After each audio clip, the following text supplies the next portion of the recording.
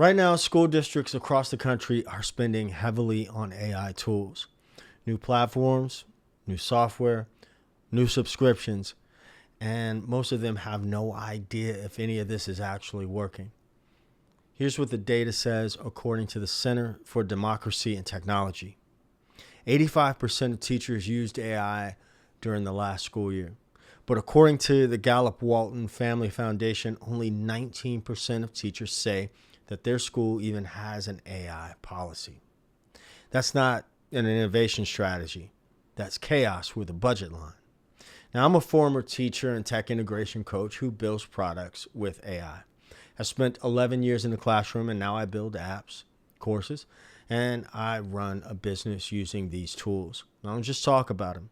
And I can tell you exactly where the money is being wasted and what school districts getting it right are doing differently. Now, let me be clear about what's happening. The AI education market is projected to exceed $100 billion by 2034, according to Precedence Research. That money is flowing, and vendors know it. So what are schools buying? Well, mostly they're buying tools that do one of three things: generate lesson plans, grade student work, or provide some version of AI tutoring. Now, on the surface, this sounds reasonable, right? Teachers are burned out. The Gallup-Walton Foundation surveyed over 2,000 teachers and found that only 32% use AI weekly, and 40% aren't using it at all.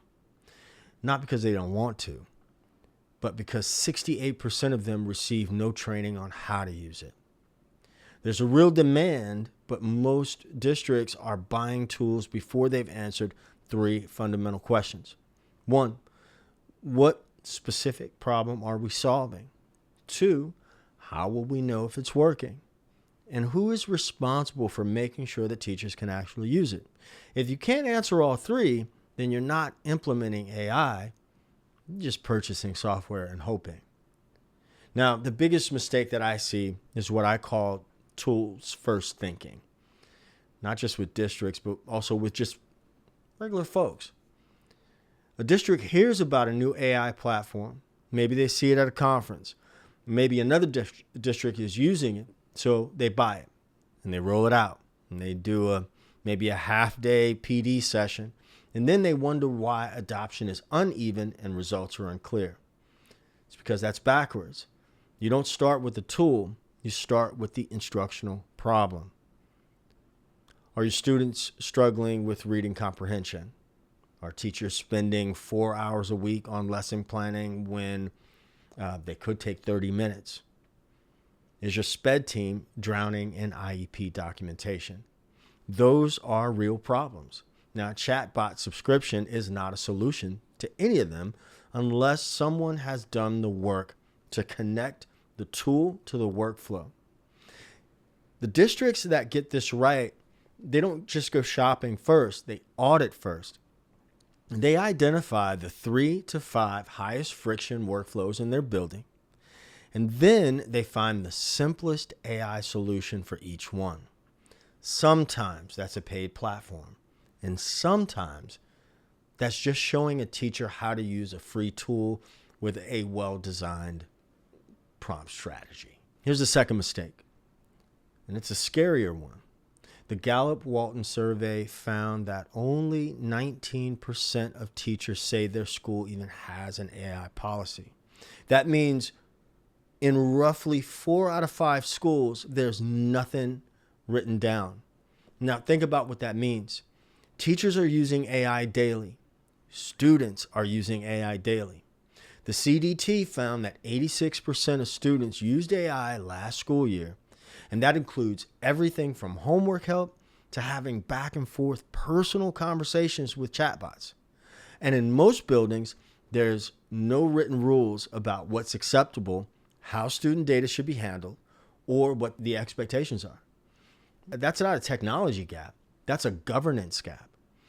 And when something goes wrong, a student data issue, an AI-generated answer that's wrong in a harmful way, a parent complaint, the district has no documented framework to fall back on. You don't need a 100-page policy. You need a clear, short document that answers 4 things. What tools are approved and why? What student data can and cannot be entered into AI systems? What are the expectations for teacher use? And then who reviews and updates this policy and how often? That's it. 2 pages, reviewed quarterly. It may not be glamorous, but it's the difference between a district that's prepared and one that's gambling. Now, the third mistake is how districts are training teachers. And I say this with empathy because I've been a classroom teacher and I know what bad PD feels like. Gallup found that 68% of teachers received no AI training during the last school year. A separate survey by Twinkle of 6,500 teachers found a similar number. 76% say they had no training at all. And here's where it gets worse. Rand Corporation studied this and found that the training gap falls along income lines. 67% of low poverty districts had trained teachers on AI by fall of 2024, but only 39% of high poverty districts did the same.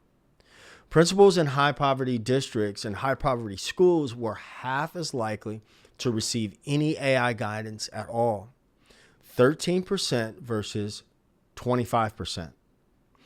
Schools that serve the students who could benefit the most from these tools are the ones getting the least support. That's not a technology problem. That's an equity problem.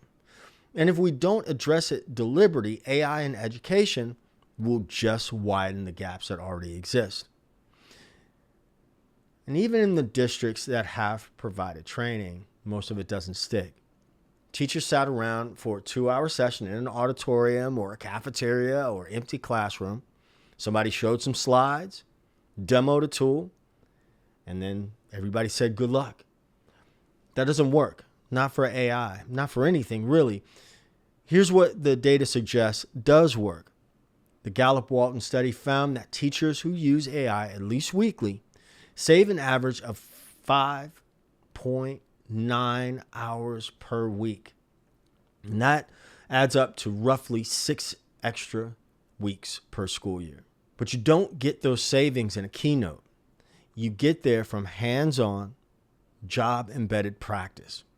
Teachers need to see AI applied to their actual content area with their actual students in their actual workflow.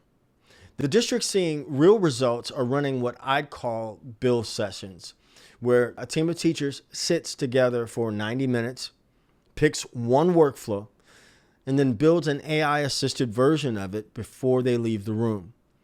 They walk out with something they can use on Monday morning. That's training that sticks. Everything else is just theater. So what does it look like when a district gets it right? I'll keep it simple. They start with the problems, not the products. They audit teacher workflows before they buy anything. They write a short, living AI policy.